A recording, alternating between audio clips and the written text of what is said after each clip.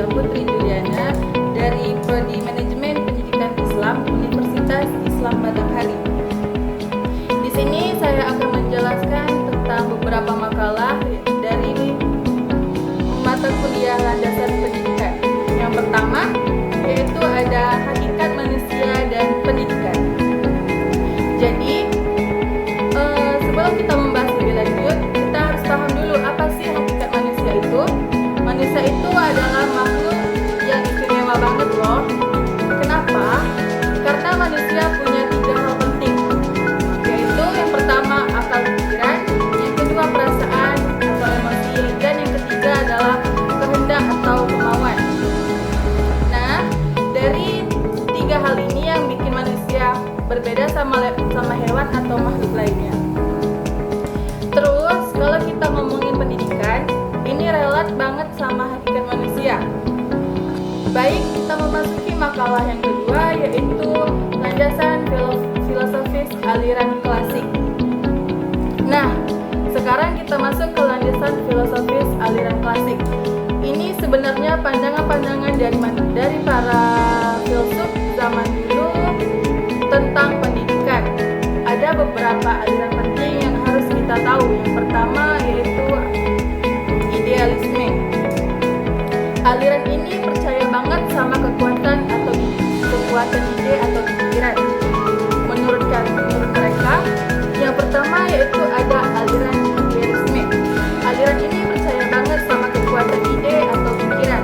Menurut mereka, yang namanya ide atau roh itu lebih penting daripada benda-benda fisik. Tokohnya ada Plato, ada Socrates. Kalau dalam pendidikan itu ada landasan filosofis aliran klasik. Nah, sekarang kita masuk ke landasan filosofis aliran klasik. Ini sebenarnya pandangan-pandangan dari para filsuf zaman dulu tentang pendidikan. Ada beberapa aliran penting yang harus kita ketahui. Yang pertama yaitu ada aliran idealisme. Aliran ini percaya banget sama kekuatan ide atau pikiran. Menurut mereka, yang namanya ide atau roh itu lebih penting daripada benda-benda fisik. Tokohnya yaitu ada Plato, ada Socrates. Makalah yang ketiga yaitu landasan filosofis aliran modern dan Pancasila. Sekarang kita aliran yang lebih modern, yang lebih fleksibel dan mengikuti perkembangan zaman, yaitu progresisme. Ini aliran yang dikembangkan sama John Dewey. Kata kunci aliran ini adalah perubahan dan kemajuan.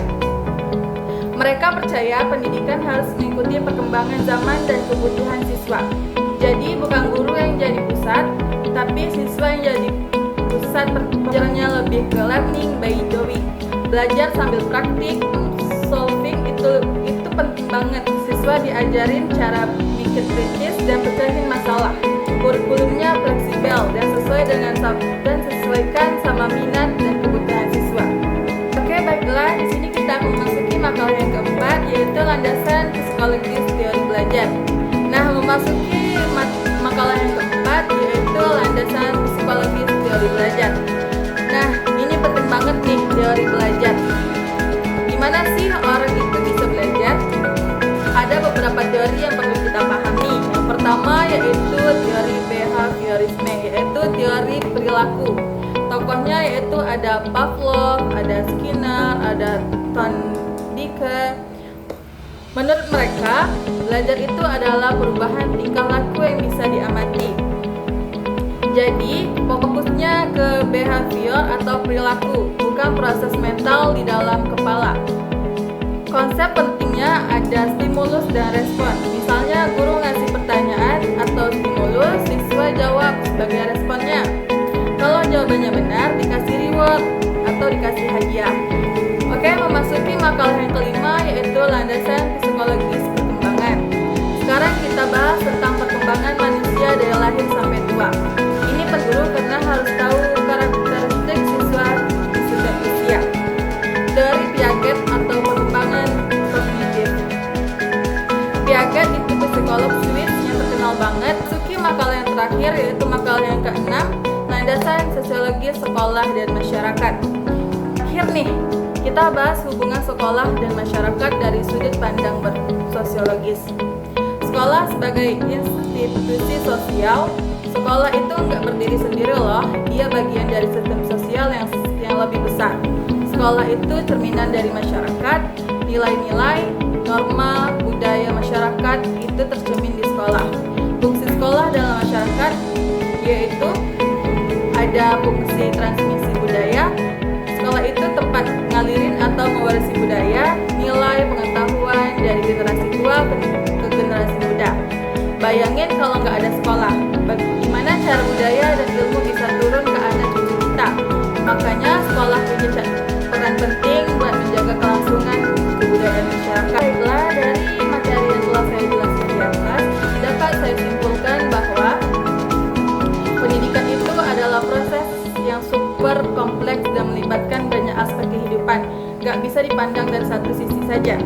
Dari sisi hakikat manusia, kita paham kalau manusia itu makhluk yang unik dan potensinya luar biasa.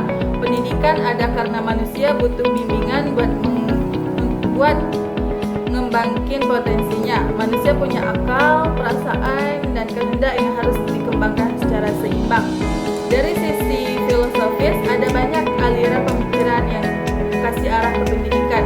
Aliran klasik kayak idealisme, rasialisme, dan diferensialisme fokus ke nilai-nilai abadi dan disiplin ilmu yang teratur. Sementara aliran modern kayak progresisme dan rekonstruksisme lebih fleksibel, fokus ke siswa dan perubahan sosial. Di Indonesia sendiri, Pancasila menjadi panduan filosofis yang menggabungkan semua aspek spiritual, sosial, intelektual supaya seimbang. Dari sisi psikologis,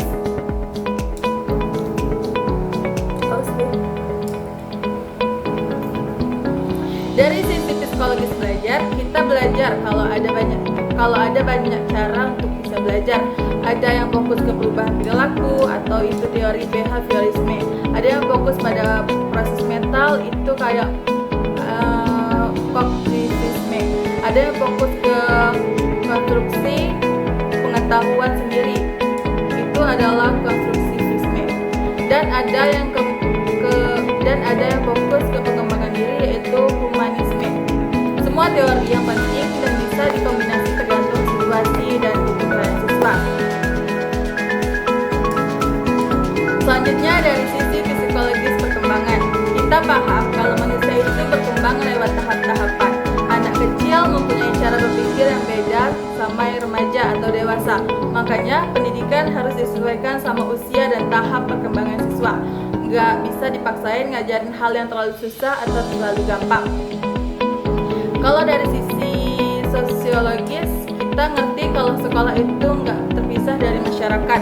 Sekolah punya peran penting dan buat mewarisi budaya, ngajarin norma sosial, dan menyiapin generasi muda buat hidup di masyarakat.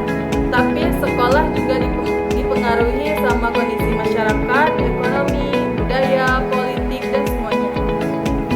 Maka pendidikan yang bagus itu harus kolaborasi antara sekolah, keluarga, dan masyarakat.